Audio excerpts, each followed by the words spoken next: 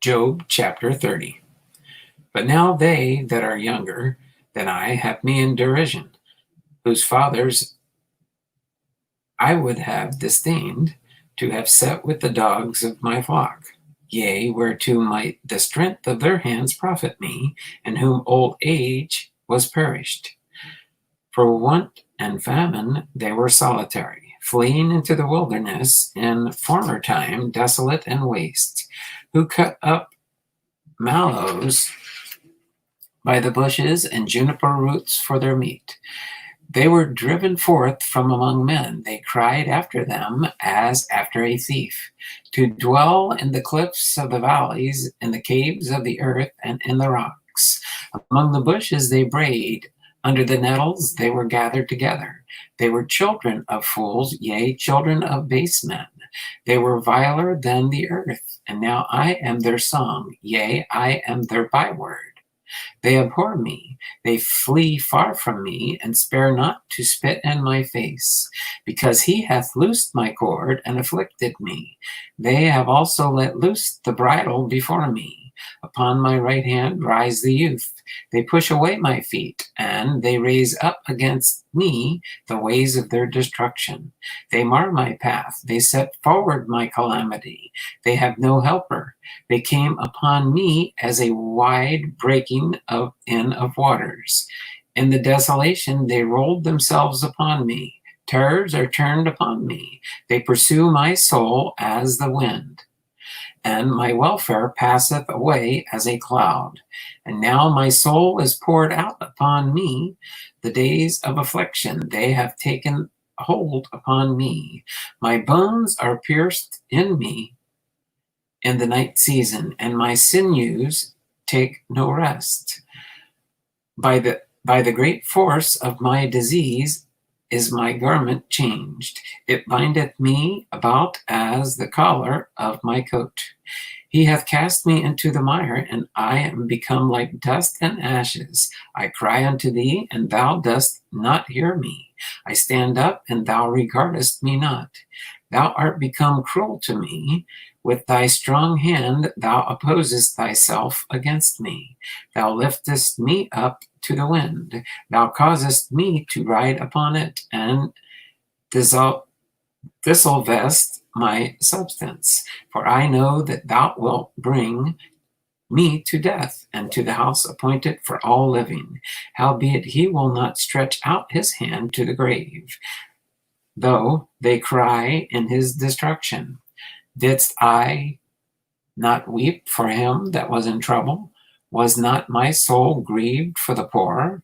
When I looked for good, then evil came unto me, and when I waited for light, there came darkness.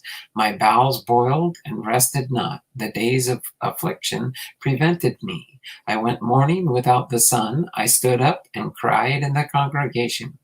I am a brother to dragons, and a companion to owls. My skin is black upon me, and my bones are burned with heat. My heart also is turned to mourning, and my organ in the voice of them that weep. Job chapter 31.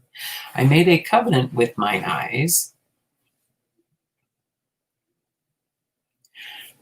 Why then should I think upon a maid? For what portion of God is there from above, that what inheritance of the mighty, almighty, from on high? Is not destruction to the wicked, and a strange punishment to the workers of iniquity? Doth not he see my ways, and count all my steps? If I have walked with vanity, or if my foot hath hasted to deceit, let me be weighed in an even balance, that God may know mine integrity. If my step hath turned out of the way, and mine heart walked after mine eyes, and if any blot hath cleaved to mine hands, then let me sow, and let another eat. Yea, let my offspring be rooted. Of mine heart have been deceived by women, or if I have laid wait at my neighbor's door, then let my wife grind unto another, and let others bow down upon her.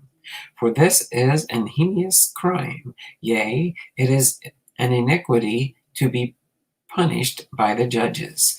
For it is a fire that consumeth to destruction, and would root out all mine increase. If I despise the cause of my manservant, or of my maidservant, and when they contended with me, what then shall I do when God riseth up? And when he visiteth, what shall I answer him? Did not he that made me in the womb make him? And did not one fashion us in the womb? If I have withheld the poor from their desire, or have caused the eyes of the widow to fail, or have eaten my morsel myself alone, and the fatherless hath not eaten thereof. For from my youth he was brought up with me as with a father, and I have guided her from my mother's womb. If I have seen any perish for want of clothing, or any poor without covering, if his loins have not blessed me, and if he were not warmed with the fleece of my sheep, if I have lifted up my hand against the fatherless, when I saw my help in the gate, then let mine arm fall from my shoulder blade, and mine arm be broken from the bone. For destruction from God was a terror to me, and by reason of his highness I could not endure.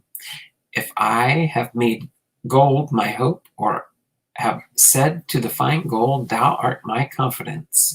If I rejoiced because my wealth was great, and because mine hand had gotten much. If I beheld the sun when it shined, or the moon walking in brightness, and my heart hath been discreetly enticed, or my mouth hath kissed my hand, this also were an iniquity to be punished by the judge, for I should have denied the God that is above. If I rejoiced in the destruction of him that hated me, or lifted up myself when evil found him, neither have I suffered my mouth to sin by washing a curse to his soul. If the men of my tabernacle said not, oh, that we had of his flesh, we cannot be satisfied. The stranger did not lodge in the street, but I opened my doors to the traveler.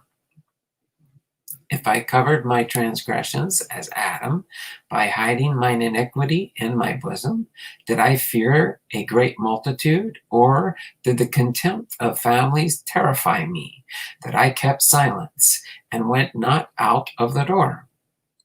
Oh, that one would hear me. Behold, my desire is that the Almighty would answer me, and that mine adversary had written a book. Surely I would take it upon my shoulder and bind it as a crown to me. I would declare unto him the number of my steps, as a prince would I go near unto him. If my land cry against me, or that the furrows likewise there complain, if I have eaten the fruits thereof without money, or have caused the owners thereof to lose their life, let thistles grow instead of wheat, and cockle instead of barley. The words of Job are ended. Job chapter 32. So these three men ceased to answer Job, because he was righteous in his own eyes. Then was kindled the wrath of Elihu, the son of Barachel, the Buzite of the kindred of Ram. Against Job was his wrath kindled,